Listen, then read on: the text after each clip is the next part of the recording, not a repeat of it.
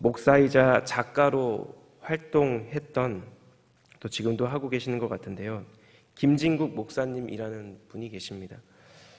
이 목사님께서 지금으로부터 30년 전인 1993년 기독교 교육협회에서 실시한 문예 현상 모집에 희곡 하나를 출품해서 당선이 됐는데요, 이 희곡의 이름이 꿈을 이룬 어린 나귀라는 희곡입니다. 어느 마을에 한 주인 아래 망아지와 어린 나귀가 있었다고 합니다. 그런데 종종 이 망아지가 어린 나귀를 무시하며 놀려대는 거예요. 하나님께서 태초에 천지를 창조하실 때 말을 먼저 만들고 남은 재료가 아까워서 나귀를 만들었다는 것입니다. 그리고 주인도 곧 말이 될 이 망아지만 편애하는 것처럼 보였습니다. 여러분, 이 망아지에게는 꿈이 하나 있었는데 그것은 당시 이 유대를 통치하던 왕을 등에 태우는 것이었습니다. 헤롯 대왕이었겠죠. 그러니까 왕이 타는 말이 되는 것이 이 망아지의 꿈이었습니다.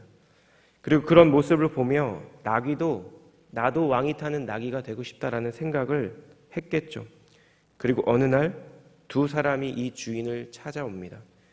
그들은 나귀의 주인에게 이렇게 말했습니다.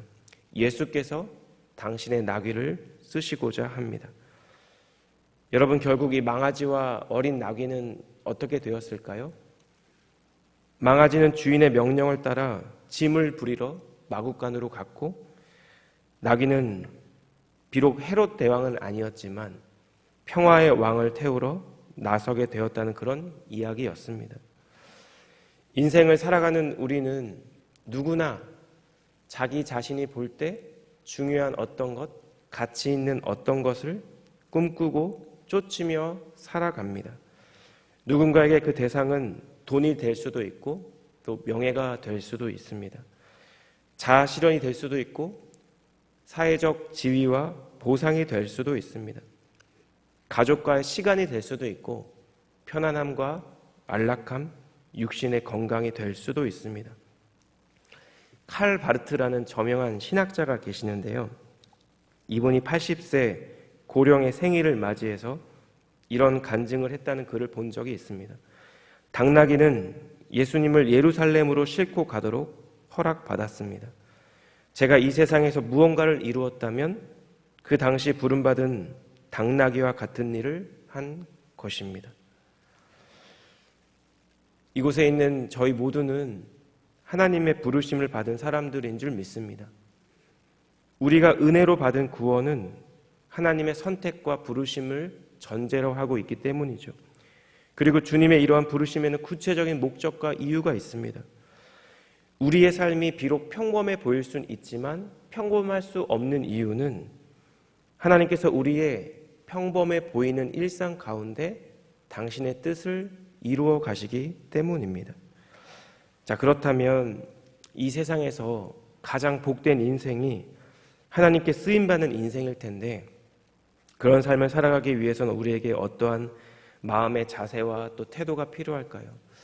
오늘 이 아침 함께 읽은 이 본문의 말씀을 살펴보는 가운데 우리의 삶의 자리에서 우리를 부르시고 또 우리와 동행하시는 그 주님의 손길을 발견하고 더 나아가 주님께 존귀하게 쓰임받는 그런 복된 하루 되시기를 우리 주님 이름으로 축복합니다. 첫째로, 예수님께 쓰임받는 삶을 살기 위해 우리는 먼저 예수님께 순종해야 합니다. 이제 곧 예루살렘에 입성하실 예수께서 제자 둘을 맞은편 마을로 보냅니다. 여러분, 보낸다라는 이 표현은 성경에서 여러 번 사용되었습니다. 언제일까요?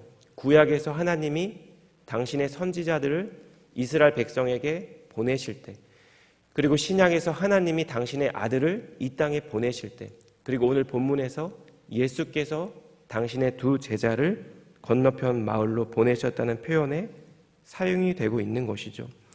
그리고 예수께서 말씀합니다. 2절과 3절이 이렇습니다. 이르시되 너희는 맞은편 마을로 가라.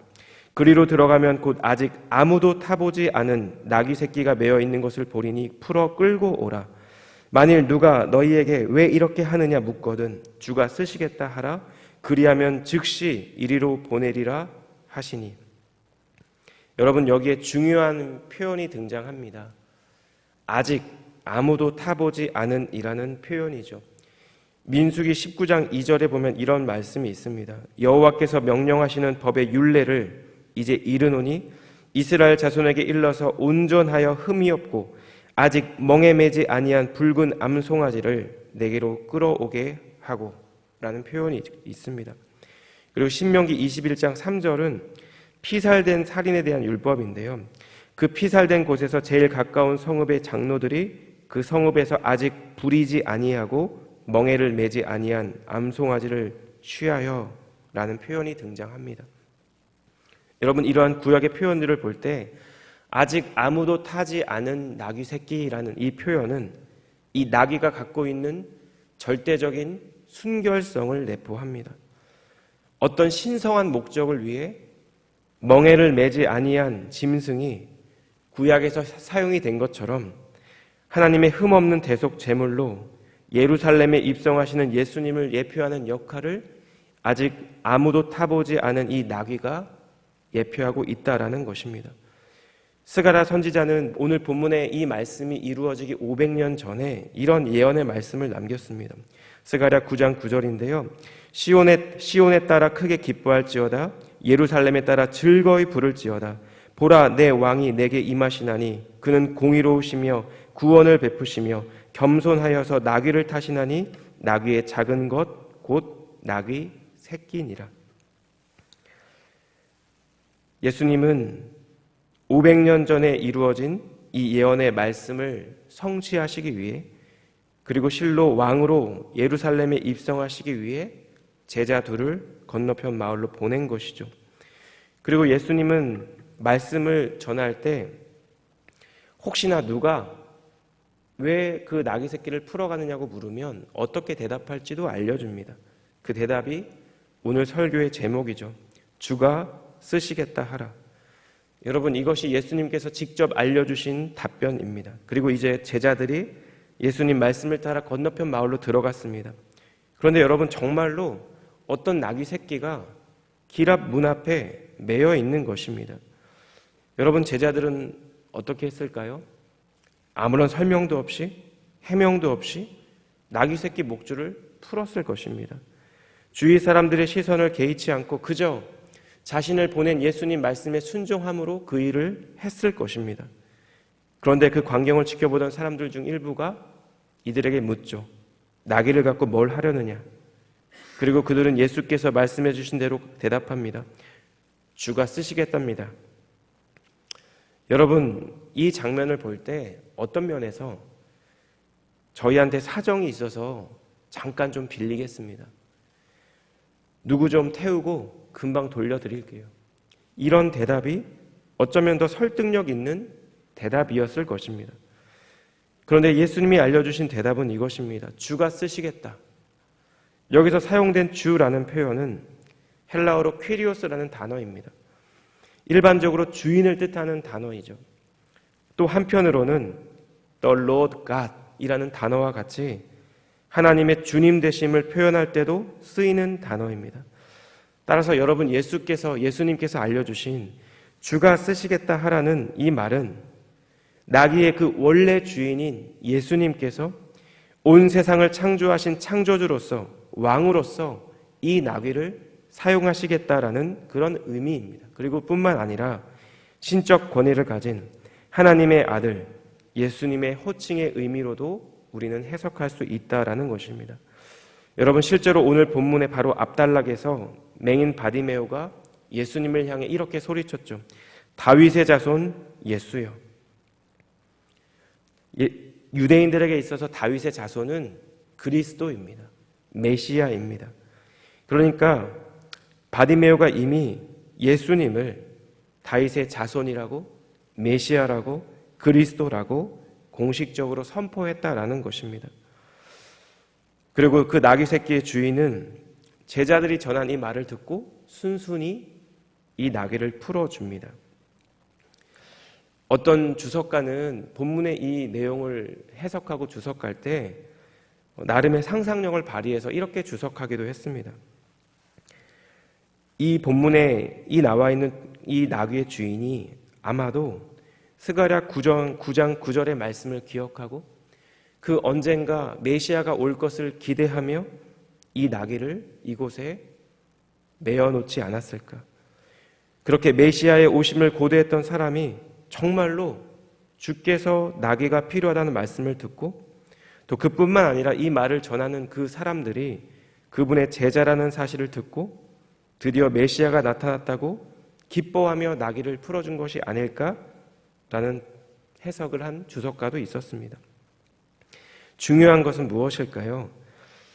예수님의 말씀을 따라 순종한 제자들도 그리고 그 이름 모를 나귀의 주인도 결국 주님께서 왕으로 예루살렘에 입성하시는 이 과정 가운데 예수님께 쓰임 받았다라는 사실입니다. 한창 직장 생활을 하던 아들이 신대원에 간다고 했을 때 저희 어머니 꽤 오랜 시간 동안 힘들어 하셨습니다. 저희 어머니께서는 저희 가정의 복음의 통로셨는데요. 저희가 어렸을 때 예수님을 먼저 믿고 또 우리에게 복음을 전하시고 또 교회로 인도하시고 그래서 온 가족들이 예수님을 믿게 되었습니다.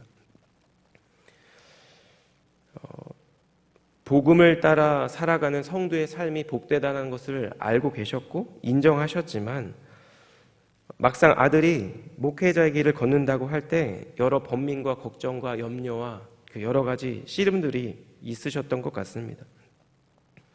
그렇게 한참을 괴로워하며 또 기도하며 나를 하나님과의 씨름을 하고 있는데 어느 날 하나님께서 그런 마음을 주셨다고 합니다.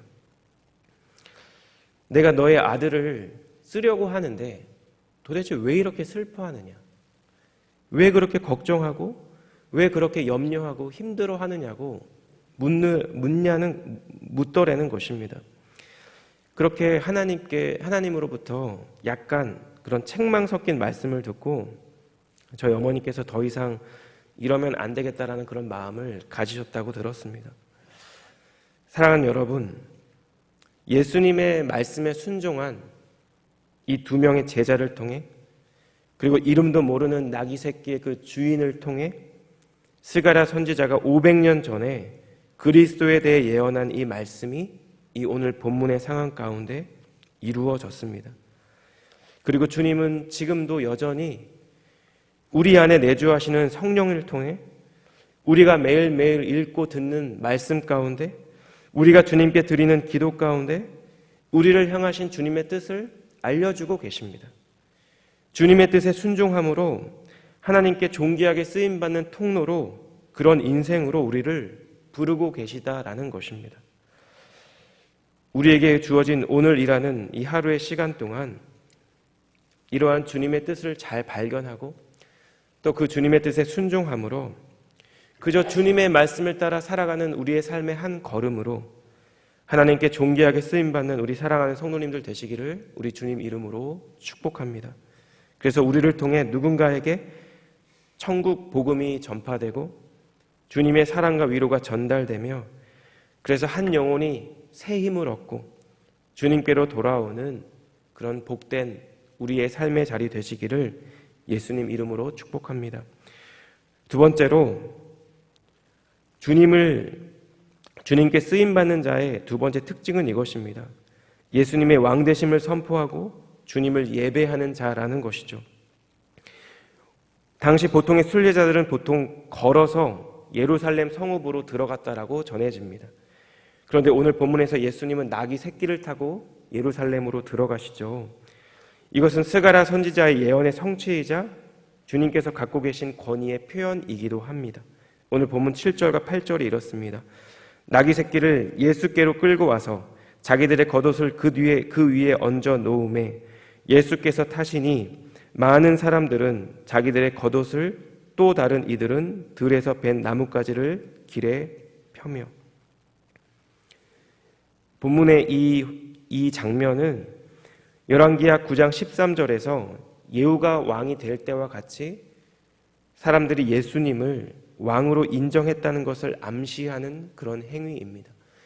그리고 당시 로마 사회에서 이렇게 자신의 옷을 벗어서 길 위에 두고 또 그 옷을 밟으며 지나가는 사람들 이렇게 하는 행위는 그 사람에 대한 존경의 표현이라고 전해집니다. 그러니까 유대인들은 이렇게 당시 로마 관습을 따라 그리고 다시 오실, 그리고 이 땅에 오실 메시아를 고대하는 마음으로 자신들의 옷을 벗어서 길 위에 깔아 놓았을 것입니다.